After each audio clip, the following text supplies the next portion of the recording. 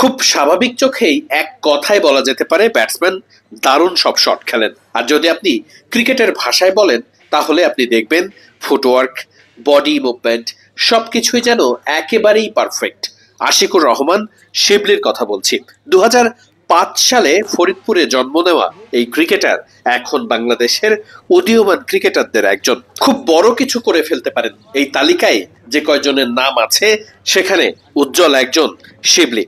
শিবলিকে নিয়ে প্রশ্ন রাখা হয়েছিল সেই দলেরই কোচ ডলার মাহমুদের কাছে। প্রথমেই শিবলির কথা না, ভেরি এক্সাইটিং প্রসপেক্ট। তিনজনই আপনি অলরেডি নাম মেনশন করেছেন। তো তাদের জন্য একদম শুরু একদমই আপনার চ্যালেঞ্জের অনেক কিছুই আছে। দেখতে হবে যে আসলে এই চ্যালেঞ্জটা কীভাবে হ্যান্ডেল করে।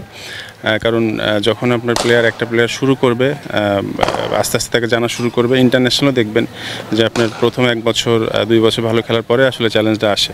তো এইখানে আসলে এই প্লেয়ারগুলো আসলে কীভাবে এই সিচুয়েশনে অ্যাডাপ্ট করে নেবে সেটা important. I am very much excited, মানে যে আমার টিমে আমি ফার্স্ট ক্লাসও শুরু করেছিলাম বেশ কিছু ইয়াং দিয়ে, এখানেও কয়েকজন ইয়াং প্লেয়ার আসছে। তো মানে very happy the way they are played.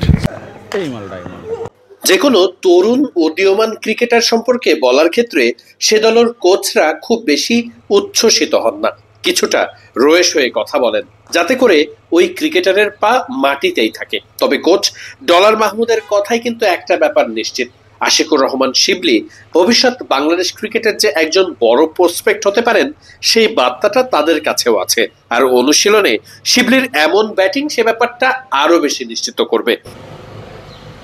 গত বছর এশিয়া কাপে অর্থাৎ অনূর্ধ্ব-19 দলের সেই সেগমেন্টে শিবলির সেঞ্চুরি সবার নজর কেড়েছিল।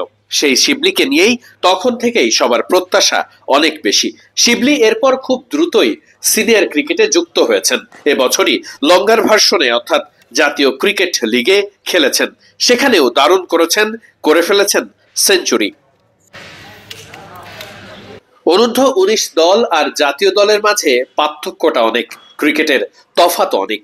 সে দলের ক্রিকেটারদের অ্যাবিলিটি অনেক বাড়াতে হয় জাতীয় দলে যাবার আগে।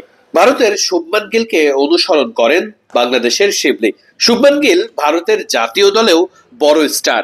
শিবলিকে তেমন কিছু করতে হলে জাতীয় দলে যাবার আগের এই মাঝের সময়টাতেই সব থেকে বেশি পরিশ্রম করতে হবে। শিবলির যে অ্যাবিলিটি আছে সেটাকে গুরুত্ব দিয়ে বিসিবিরও যথেষ্ট যত্ন নিতে হবে।